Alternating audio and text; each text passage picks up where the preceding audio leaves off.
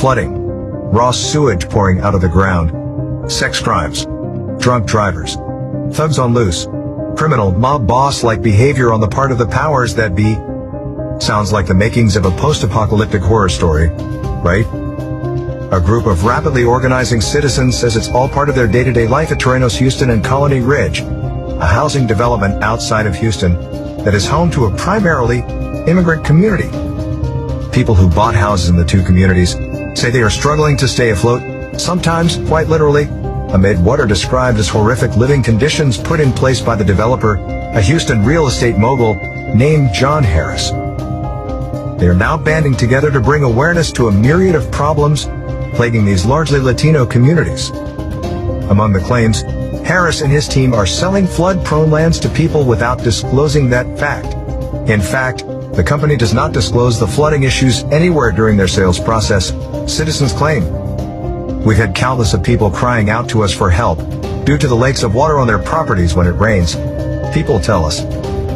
They also told us our land was in a no-flood zone, and when the first rain arrived, our land looked like a pool. We've also heard, when it rains, my ditches flood. And even when it doesn't rain, it always has pooled water. And yet another. They told me it doesn't flood, and that's a lie. Half of my land looks like a lagoon, and I've added like 20 truckloads of dirt, and it still floods. The surrounding city of Plum Grove has been fighting the county of Cleveland to stop Harris's company from continuing to develop ruthlessly, without proper management of their sewage. City officials have brought to the county countless of environmental issues that they say are being violated by this self-proclaimed developer, yet the county keeps approving the platting of land, the citizen group notes. And, believe it or not, flooding is at the more pleasant end of the spectrum.